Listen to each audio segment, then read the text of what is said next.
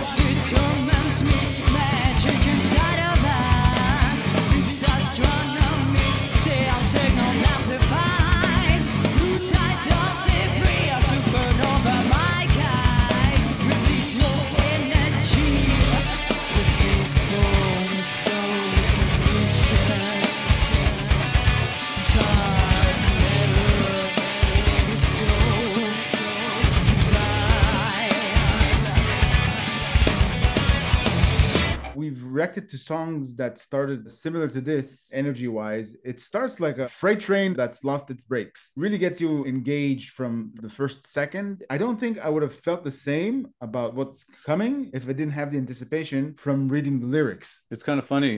The whole time she's singing, and I'm same as you, having read the lyrics before, I'm thinking, at what stage is she going to hit her growls and screams and get into those vocals? So far, she's been on clean vocals. Yeah. I actually found that a little bit distracting because I was thinking, okay, where is she going to hit that? On what note? On what part of the story? You know? Yeah. And it kept me kind of thinking, but I was really like enjoying the music and everything. And I do love her clean voice, her stage presence, and, you know, the band, always fantastic. Yeah, with every live performance that we react of theirs, I keep asking, why aren't we witnessing this live? Why aren't we there? I feel like we're missing out.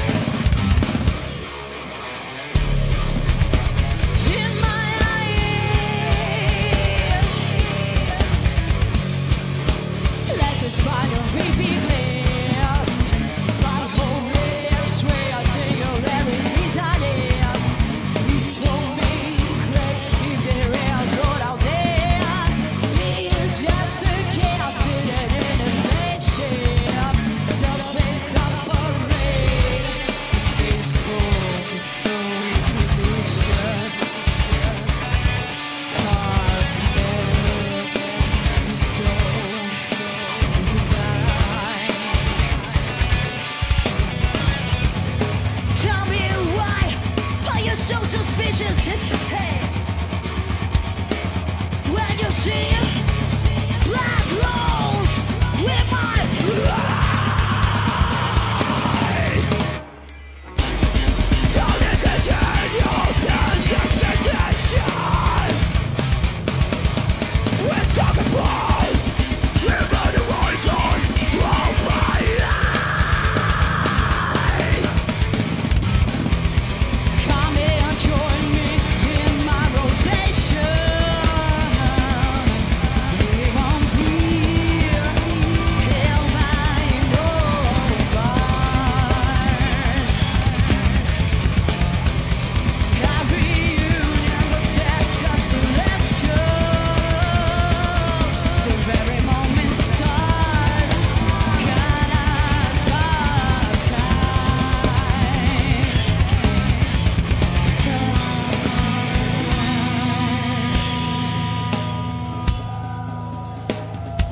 the fast pace and the violent rhythm with regards to what I gathered from the lyrics.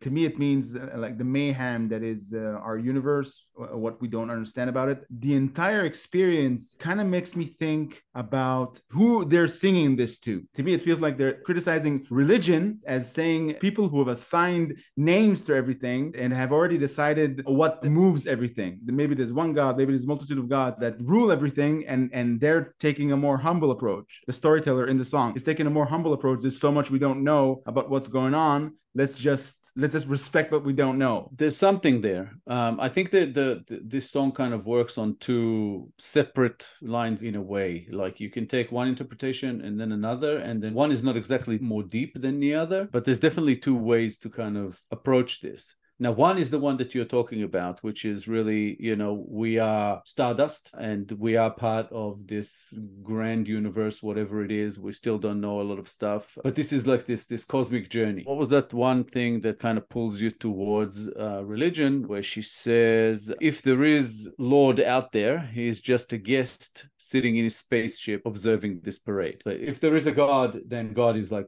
basically an alien, what she's saying here, because she's talking about a spaceship. So, like we were created by aliens or whatever, which is a theory that people have. There is a lot of, especially in that angry chorus where she says, tell me why you're so suspicious when you see black holes in my eyes. Like if I believe in astronomy and believe in this, universe and the way it is, which is almost beyond science, why does that make you suspicious? If you believe in religion and God, why, why can't you leave enough space for me to believe in something else? I think that's really what that says. But the first time I read it, I was just thinking, what is the one word or the one topic that I see coming through? And the reason we're talking about the lyrics at this point is because they're getting sort of more repetitive towards the end.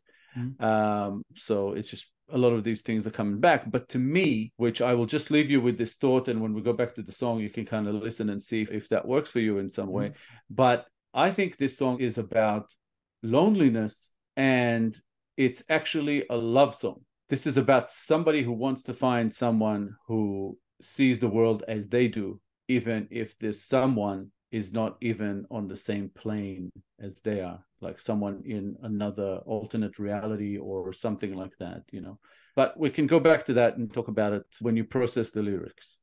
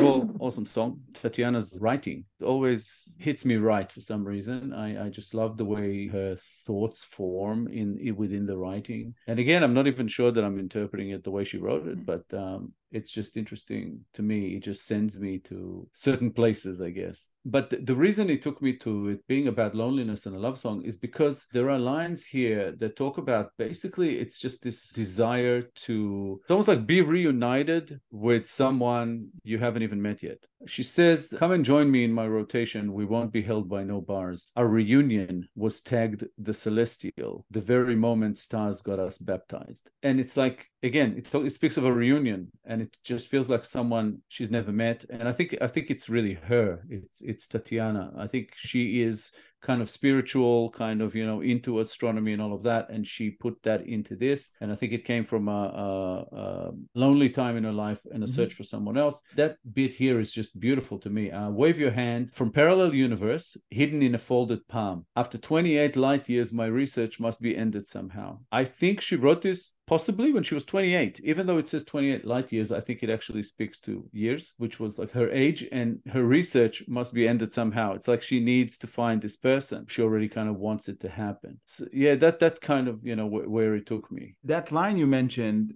come and join me in my rotation, it got me thinking of two options. Either she speaks in the name of a planet that is rotating, that has another planet who is its lover, but they only get to see each other every millennia because their trajectories are in proximity once every long periods of time. Or as a person, she had a lover that so profoundly affected her, she awaits the next time that she gets to be with this person. Yeah, that's possible. And what I said before about criticism against religion, I think I can boil it down to a thought. I think the criticism here is towards people or institutions that see the universe or the world as an array of absolutes, as opposed to being humble. I know what's going on. There's a God, or there's gods, or I know for a fact there are gods, or there's the God, and this is what's going on, and this is what I'm preaching. So that's a more arrogant approach. And to have the more humble approach is just by being in awe of the vast size of the universe, especially when you respect what you don't know, keeping an open mind, completely open as to what the possibilities are. All that jazz that goes deep into existential conundrums and questions that we ask ourselves. Yeah, like I said, I think it's not even criticizing religion exactly. It's criticizing the approach towards people who believe otherwise. So It's like, I'm not judging you for believing in God, even though I think, if a God exists, is sitting on a spaceship observing this parade.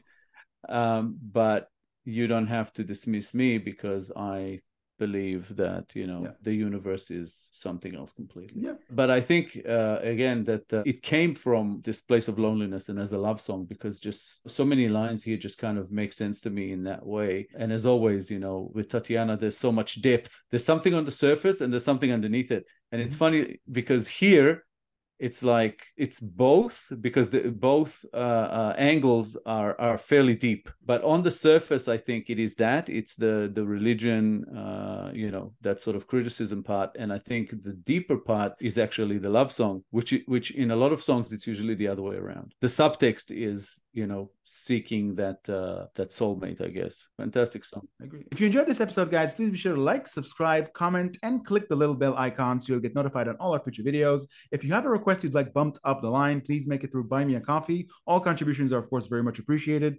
Thank you very much for sticking with us. Thank you all for your time. It's poppy and infectious. I love their energy, of course. Very perky. That's the word I think that comes to mind. Well, part of it is, and that's mainly the one who starts off the song, her singing in that kind of baby voice, and there's kind of the sort of electro synthesizer sound that comes in at the beginning. But then there's sort of like a rock sound that comes in, with the one who's at the front who's singing, and she's awesome. Like, I much prefer the rock sound between the two here, between that sort of pop, almost, I don't know what to call it. It's not quite techno, but it's like something, like you said, sort of poppy, more mainstream. Thanks a lot, guys. We appreciate you as always. And we'll be back in a couple of days with a new one. So hopefully we'll see you then.